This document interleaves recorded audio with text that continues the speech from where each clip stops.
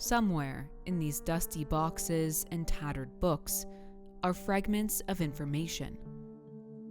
And in them, the fragments of hope. That children who lost their lives won't also be lost to history. Communities need to know where their children are. It's a fundamental human right. Catherine Nichols grew up on the outskirts of Brandon, Manitoba, 3 kilometers west of the former residential school. She took the school bus past it every day. We would kind of wonder with each other on the school bus, what was that building? What was its purpose? That curiosity set Catherine on a quest for answers. And a lot of people don't know that in our community of Brandon, we had a residential school. Then children died at that school, and we're trying to find them.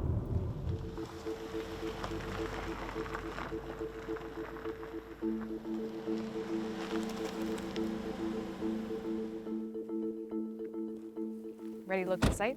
Yeah, let's go. She's now a bioarchaeologist, pursuing a PhD at Simon Fraser University. Since 2012, long before the Kamloops discovery, she's been working with Sioux Valley Dakota Nation to uncover what happened to the students who died at Brandon Residential School. We're standing where the Brandon Residential School building used to stand. The large, imposing structure stood at the top of the hill until it was demolished in 2000. How many graves have you been able to find? In total, we have about 104 potential unmarked graves.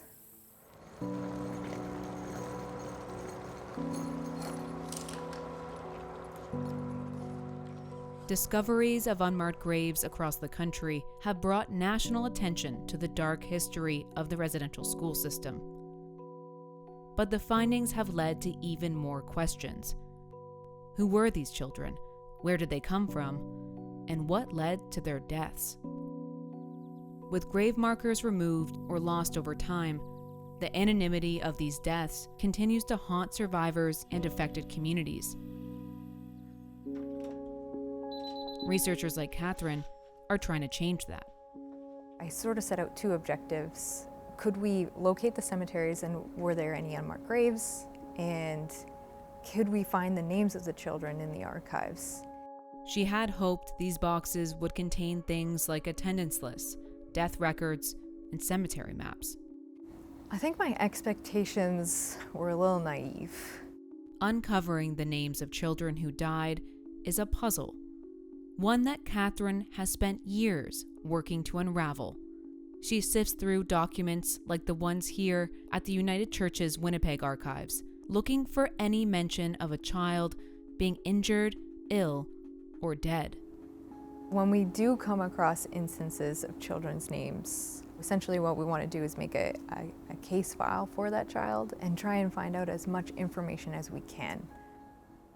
The federal government funded and oversaw the creation of the residential school system, but it didn't require the religious orders that ran the schools to report the deaths of children until the 1930s. Catherine compared those annual statistics to the church's own records to put names to numbers. But even then, there would be inconsistencies. The records are incomplete and often lack critical information like what happened after a child became sick. Tuberculosis was very prominent in the school, and even more challenging if they're sent away from the institution to maybe a sanatorium or a hospital, and then what happens to the children there. Essentially what you're doing is tracing the children through the archives as they go through the school. Exactly, which is why it's vital that we have access to all the records, to all the residential schools and other institutions and hospitals, so that we can identify where the children are going missing in the system. Brandon Residential School operated from 1895 to 1972, primarily under the direction of the United Church. Abuse and malnutrition were so bad that in the 1940s and 50s, the school gained a reputation for the number of children making daring escapes. Lorraine Pompana attended the school during that time. She was taken from her family on the nearby Sioux Valley Dakota Nation Reserve at the age of 6. What do you remember about arriving at the school? I didn't want to come. I was crying and screaming, and I was hanging onto my dad's legs, and but they tore me away. There was so much loneliness. I felt like running away even at that age, you know, but where would I go, like, you know? Brandon was known for kids running away. Yes. Mm-hmm. Do you remember that happening? Yes, while you were I there? recall that because the school had three floors, some of the girls came out through the window and they strung sheets together. Lorraine can't recall what happened to that particular group of girls. She says students would just vanish from the school, and no one would say what happened to them. Her most vivid memories, though, are about the food they'd be forced to eat each day. 2 slices of bread soaked in lard. Just kind of mush bread, and that was it, you know. And I remember I couldn't finish eating, so I tried to hide it in my sock. But if they found out, you really got punished for that. Group punishments consisting of strappings and beatings were common. Later on in my career, I worked in the prison systems as a parole board member. Just the clang of the doors, the cell doors, the way the buildings look and so on just reminds me of the residential school system. It was a prison. Yes. Mm-hmm. At its peak operations, the Brandon Residential School grounds covered 960 acres. Through the use of ground-penetrating radar technology, Catherine and her team have discovered 2 forgotten cemeteries. The school's first cemetery is located along the Assiniboine River on privately owned land. 56 unmarked graves are suspected to be there. A second cemetery was created north of the school sometime in the 1920s. It contains another suspected 24 graves and is located on land owned by the federal government. Sioux Valley also owns a portion of the land where the main building once stood. Possible unmarked graves have been discovered in 2 locations around the school.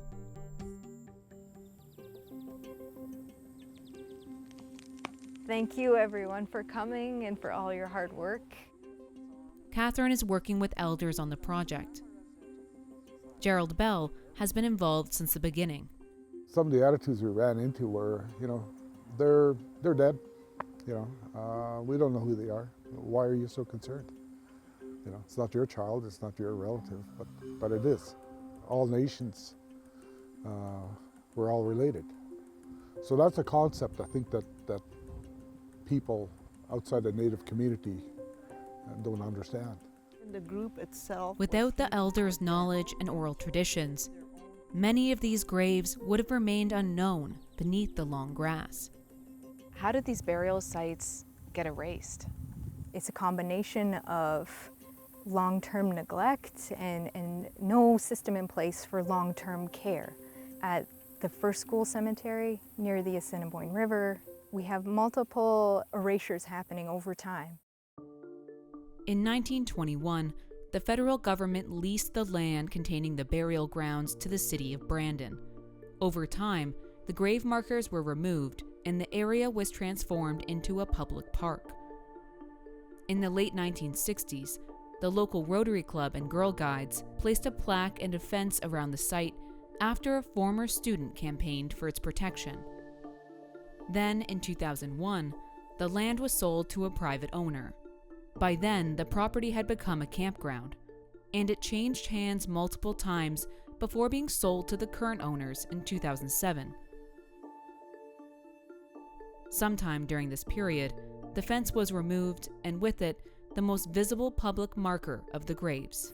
And this cemetery is only being rediscovered now. We wanted to visit the burial ground to see what condition it's in today. So we got in touch with the campground's owner, Mark Kovach. Hi, is this Mark? Yes, it is. Hi, it's Krista Hesse calling from Global. I asked Mark if he would show us the cemetery near the river. No, I'm not interested in doing any more press. He denied us access to the site and declined to speak with us on camera. He told us he didn't know there was a burial ground there when he purchased the land in 2007, and that he's been working with Sioux Valley and the province to erect a fence around the gravesite.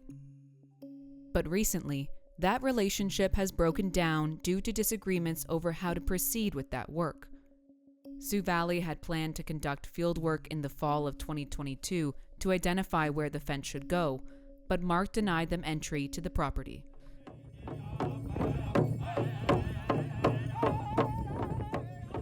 All we're asking for is a little cooperation, a little bit of humanity.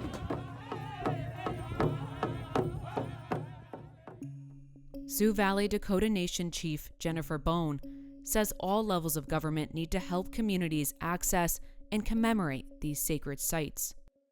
We didn't create these problems, right? But now if we want something done, then it's up to us to do that, which I don't think is fair.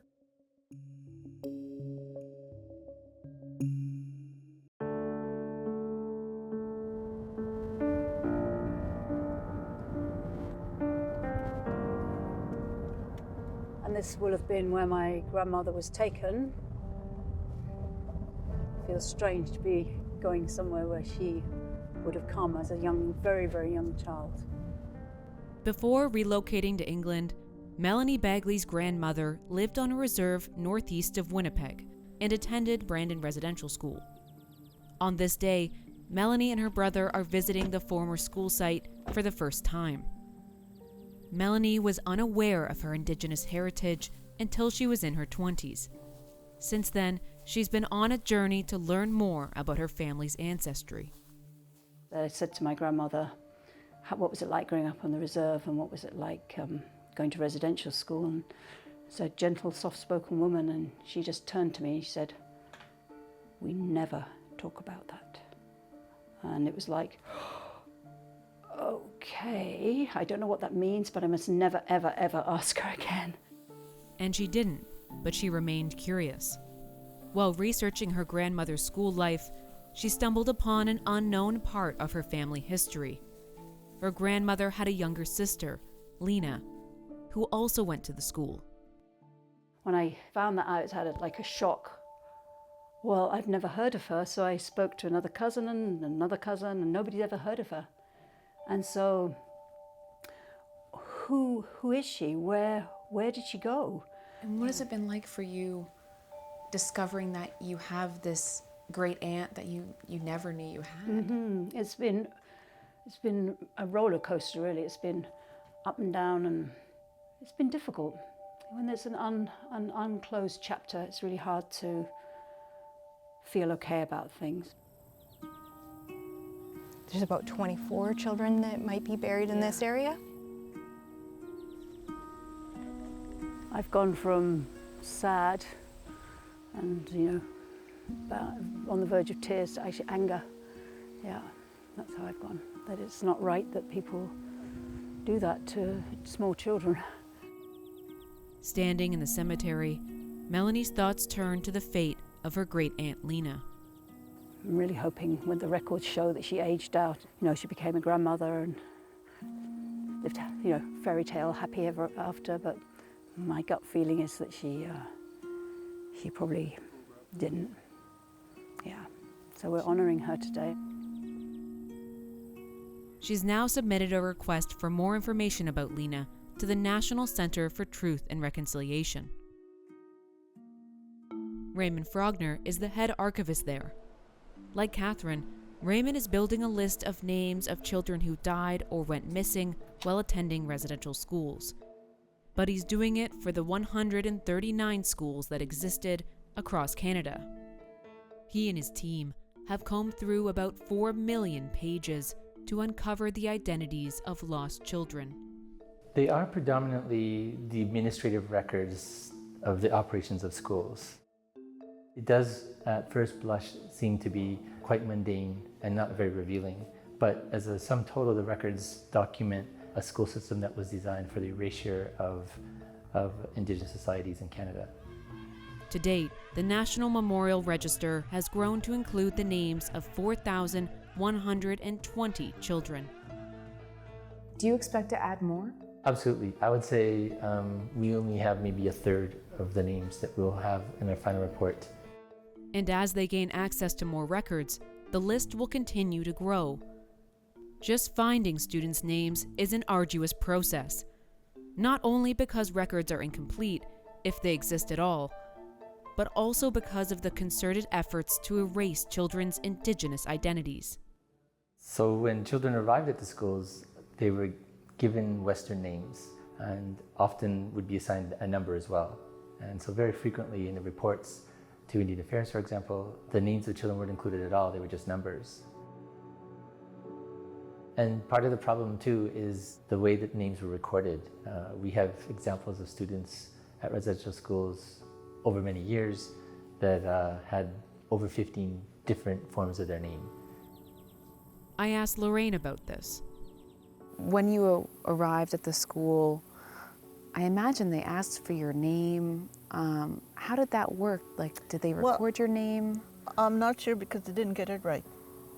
What do you mean? My name is Delorraine, according to the record I saw. Okay, so it's not even your name. No. And that happened to many people. And some were forced to take another name.